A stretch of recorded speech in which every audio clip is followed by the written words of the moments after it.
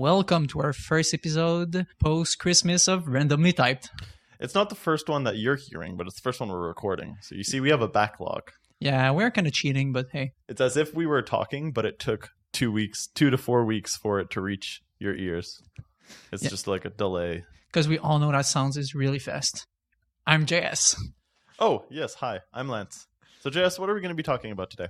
We will be talking about car fobs and in general, like security keys. Geez, I know nothing about this stuff. I assume there's information encoded in fobs. Otherwise, it would not let you open doors and such. That's a good start. Let's talk about old like garage doors. Do you remember like the old plastic controllers that could open garage doors? I'm sure people still have them.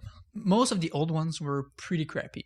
So they were simply sending encoded data, always the same thing, over the air. So what's the problem with that?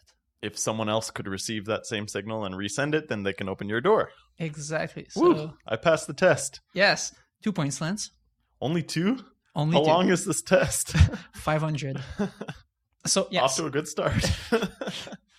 So this is called a replay attack. You listen to the signal, you understand it, and you send it back without any modification. Do you know what kind of signal is being used in that case? Is it like infrared? Normally it's more radio waves because they travel further and you don't need a clear line of sight. So you're saying that if I like had a radio which just spewed out all combinations and then just drove around the neighborhood, I could open most people's garage doors? And just like I played my speakers real loud or something. No. Isn't it the right name? Radio wave. Right? Yeah. Okay. But like the radio like goes over radio waves. Like there's a a big different ass frequency. spectrum. Yeah, absolutely. But I mean, you could maybe. I guess it just wouldn't play out of your speakers. Yeah, exactly. Because the speaker is physical waves over the air, but this is radio, which is not the same thing. Whoops. Find that we could broadcast from a radio station. Yeah, more like that. I'm glad we are not physicists here. Yeah. I'm sure everyone's laughing at it. Me specifically. That's okay. That would be embarrassing. No, I'm used to it. Okay, to answer your question, you could try to brute force everything, but if the key is big enough, theoretically you couldn't just brute force it. I assume garage doors aren't security specialists and that the key wasn't I that would guess big, the old ones, probably not, but new ones, I'm pretty sure they're like big enough so that you don't randomly find the right key. Yeah. But you can most of the time still just listen and replay the same thing. This was old garage doors, and some old cars were actually using that, so, not good. Yep. So one interesting thing about this, it was a one-way communication. It was the controller, you click, send information. So now, quiz question. And if you get it, you're pretty good. How do we do a one-way communication that is actually secure against replay attacks? Do both parties need to be synced up in some way Maybe. to some external input that they can both refer to? Maybe. And then it's sort of like a one-time pass kind of thing where if they can both refer to the same thing. You're actually really close. Let's say you have a pseudo-random number generator on your controller with a special seed, which is synced between both parties. Yeah. Okay. So yeah, there is some shared seed. Exactly. Cool. So every time you click, you send a random number and you go to the next one. So the only thing you need to save is the seed and like an increment. Ooh, what if you click and the other party did not register this click, and so now you're off by 1? This is so good. That was my next question. Yay! Okay. Hooray for broken garage doors. All right. How would you fix it? Well, as a consumer, you probably wouldn't.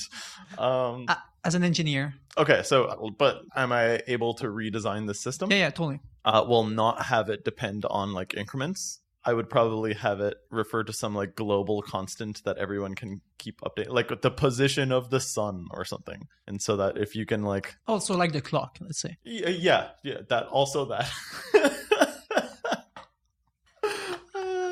little bit less complex. Yeah, if both controllers could refer to the position of the sun, which is their shared seed, which updates continuously... then there's no issues about missing one and then you being out of sync because you're always in sync because you're both living in the same reality. That's actually really interesting. It sounds a little bit like the one-time password we have on our cell phones, the Google authentication app. Yeah, that and I know like Diffie-Hellman does something similar where they have like some shared constant and it just keeps being updated. It's actually a really good solution, but that's not the solution they went with. All right. So what did they go with? You have like a window of 100 random number you can send. Okay. So as long as you don't click 100 times without the door listening to it, you should be good. And like the window adjust to the last thing it hear. So like the person who like was fidgeting with their controller away from home and clicked it more than 100 times and then got back home. Yeah. So they then would have been permanently bricked. Absolutely. You would need to go to your car salesperson. Yeah, dealership, to fix it. Huh, cool. That's the solution. There's a really clever attack on this one that requires some physical device. Can you guess like an idea of, in general, an attack on that? I feel like I'm close, but no, I can't. Well, I assume like they're good random number generators and that yeah. So one of the thing is, we'll talk about it later, but some random number generator were actually broken. Okay, so I mean, obviously that can be exploited. Yeah, but assuming it's good. Yeah. Okay, so I'll give it to you. Yeah. So it was a known attack, but Sami Kamkar demonstrated it first at DEF CON 23. It's pretty simple, but pretty nice. You get a device that can listen to the right frequency and also that can jam the same frequency. You take this little box, you put it close to the car. When the person that wants to unlock it comes close to the car, clicks the thing to send the signal, the small box capture the signal, jam the signal so it doesn't reach the car. So the person's like, oh, it didn't work. I should click again. So now when you click the second time, the box capture the signal again, jam to prevent the second signal to reach, but send back the first signal. So this means that it saved the second signal that we'll be able to use the next time the criminal wants to unlock the car. Pretty nice. Yeah, that's a good one. It's a little bit more involved, but yeah, it's like involves physical devices. Yeah. And but it's kind of clever. Yeah, it is nice. Yeah. So and it like relies on human behavior, right? Exactly. Because for sure, if it didn't work the first time, you'll click a second time. Yeah. Yeah, super interesting. Another one, well, as you mentioned earlier, breaking the random number generator itself. A paper for Usenix 2016 was presented where they were breaking a lot of car fobs. So in this paper, which is actually really interesting, you should, if you're interested into it, go read it. It's easy to read.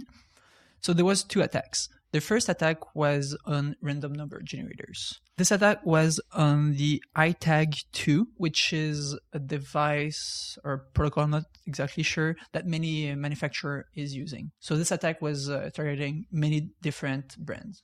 And just by listening to the communication, they were able to crack the random number generator in 4 to 8 signals. If you click from 4 to 8 times on your controller, if someone is listening to it, it would be able to get the seed and recreate a controller. Wow, that's not great. Yeah, no, that's what you get when you don't know how to do your security correctly. Yeah, and also by obscurity, right? Like, in a sense, they're relying on people not looking into these signals. Yeah, exactly. But there's some people that really like opening garage doors. Yeah, and stealing cars. Yeah. So, because this one is for cars, iTag2. Yeah. That's a big one. Yeah. One of the evolution we saw was the keyless car unlocking, I guess. You just get the small fob in your pocket, and when you're close to your car, you can open it. Mm-hmm. So there's no like manual, I click on the thing, I'm will unlock. It's just about distance. This one, most of the time, is kind of well done, as in it's using good modern cryptography and all the handshake and blah, blah, blah, blah, blah. But there's one big flaw that cannot easily be fixed. What would it be, Lance? Hard questions today. Can you give me a clue? It's a physical problem. So normally the car knows it can unlock if the key is at 1 meter from the thing. I'm not too sure of the whole constraints and if it's using something like the one-time password we were discussing earlier or not. I assume that the key doesn't stay the same, like that's imprinted on the device, but maybe it does, right? I don't know. Right. I understand. Yeah, my question is not super clear. It's vague, but... Okay, but like the first attack we saw, those were relay attacks. Let's say you need to be at 1 meter from your car to unlock it. During the night, your car sits somewhere in your house, which is at maybe, I don't know, 10 meters from your car. You can simply go close to the house, take an antenna, try to find the signal, and repeat it to the car. Ah, smart. So you don't break any cryptography. You don't break anything. It's just like the signal is more powerful now. That wouldn't work if you were relying on like a timestamp or something, right? Well, Could you elaborate? I'm assuming that you're not able to relay the signal within like a millisecond. All right. So that's one of the solutions, actually, using the speed of light. Because we know that wave signals goes at the speed of light. So if you calculate that the handshake needs to go at the speed of light, you know that if there's someone in the middle trying to replay it. Right. That's actually a really good solution. Another solution that, I don't know if it's legal, but hey. We're not talking, we don't endorse this activity. We're only documenting it. Yeah, exactly. It would be if you need your fob to like ping every minute for your car engine to run. Like it would stop after 1 minute if your key is not close to it. That would solve the problem, because if during the night someone stole your car, well, they couldn't go far. Sounds dangerous. Yeah. Yeah, that's my point. That's why I'm not sure it's legal or a good idea. Yeah. Just because, yeah, you don't want your car like stopping in the middle of the highway. That was the other idea. Cool. All right. So now let's go back to the paper I talked about from Usenix 2016. So the second attack was on Volkswagen cars. Volkswagen tried to be more fancy. Since 1995, they've been using public cryptography for their communication with the fob. But one of the problems they had is that they were using a super small set of private keys. So the researchers were able to extract the private keys and decrypt the communication and then clone the fobs. So like there were multiple of the same private keys being issued to different cars? Exactly. Okay. So like for 20 years, they were using, I'm just saying some random number, but like 10 certificates. Oh, wow. They just rip them off and... That would be nuts. So like it is a random number. But it was small, that would like mean super like small. you had a 1 in 10 chance of if you walked up to another Volkswagen, like you legitimately as a user, that it would unlock the car. No, not necessarily. There was two things. Here, the encryption was to obfuscate the communication between the fob and the car. But once they were able to open the communication, they were able to reverse engineer like the seed and actually clone the fobs. Okay. So there was like a two-step. I see. So once they had the certificate, every time they were listening to a fob click, they could clone the fob. Because the rest of the communication was not well done from Volkswagen. It was only protected by the certificate. Okay, so just an extra layer, basically. Yeah, exactly. To the broken thing that we were discussing earlier. Yeah. What did we learn, Lance? Oh my gosh. From Volkswagen, I mean. Oh, okay. Make your key space big. Yeah, and don't reuse a private key. And don't reuse private keys. Yeah. Because here the problem is that the private key was baked in the car. Yeah. So if you can drop the RAM, well, you can find the key. I'm also learning that people who attend DEF CON are really smart. Yeah. Though this one was from Usenix, but yeah. Oh, right. Whoops. People are smart. Yes. So that was pretty much all I had for cars, but I had something else, a small point I wanted to do about RFIDs. Ooh. Yes. So I didn't do as much research, even if the other one will be super quick.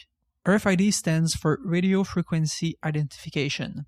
So it's mostly what we use for like our badges when you go at work to open doors, or like your bus card or things like that. RFID is just a protocol with many frequencies. Inside that protocol, there's other like specific protocols to decide how to communicate and how to do the encryption and everything. One of the most used protocol is MyFair Classic, which most of the badges for a job and things like that are MyFair Classics, which is an old protocol that was broken long ago. So this means that if you have a MyFair Classic badge, it's super easy to just crack it and do a clone of it. Do you know how it was done or how it works? I didn't go into details, but if you want to do it, there's many devices online that'll just, you put your fob on it and it does beep beep and now you have a new fob. Oh, but you need the reader though. Yes. So you need a reader and they need to crack the encryption. But since the encryption was not well done, it's pretty easy to crack. And I guess it would be hard to know like what to set it to, right? Because like if you're like, I want my boss's clearance or something, well, then it's reverse engineering afterward. Yeah. No, but even still, like how would you know like what your organization sets this frequency to? Just but like for example, my fare is like on a specific frequency. It's on 13.56 megahertz. If you know to listen to that and how to crack the encryption, afterward you get like a dump of memory. So afterward, it's up to you to understand what's that dump of memory and how you need to change it and re-upload it to your card. Yeah, okay, I see. Yeah, you would still need your boss's card originally though to like be able to read it and then crack it and then redump it onto your card. Yeah. And then like re-encrypt but it onto the thing your is, card. since RFID is over the air, you can theoretically do it without them knowing about it. Yep. So like just in the bus, if the reader is in my bag and I go close to you, I could theoretically clone your cards. Yeah, there's always those like aluminum cases that they sell for your wallet now, which I totally do. Yeah, I know. Well, like a lot of cards will. I assume they use RFID. I don't know. I assume too. Yeah. So like a lot of cards could, like credit cards. Yeah. Use this same, which is not good. Not good. Though I know credit cards doesn't use MyFair, so it's not easy to crack. But still, you can make a purchase just by being in the bus. Right. I wonder if that's susceptible to a replay attack as well. Like, I don't think so. What I've heard is that the protocol for like credit cards and things like that are pretty good. But again, since you don't need to click on anything, just being close to a reader could be a vector for an attack. Yeah, cool. So that was my quick episode about, I guess, fob security. I guess, Not sure. Yeah, like fob security, and just like protocols over the air and how they can be used and abused. That's a fancy title. Yeah. Thank you. Maybe that should be the title. This is totally the title. Yeah. Thank you so much, Jess. I learned a lot. I love the impromptu quizzes and how I fail most of them. Yep. Nice. Better chance next time. Yeah. I'll have to try again. Try harder. Oh, well. All right. Well, thank you so much, Jess. See you next time. See you next time. You can contact us and find show notes on our website, randomlytyped.com. The intro music is by Vansky. Thank you, Vansky. And thank you, listener, for indulging us.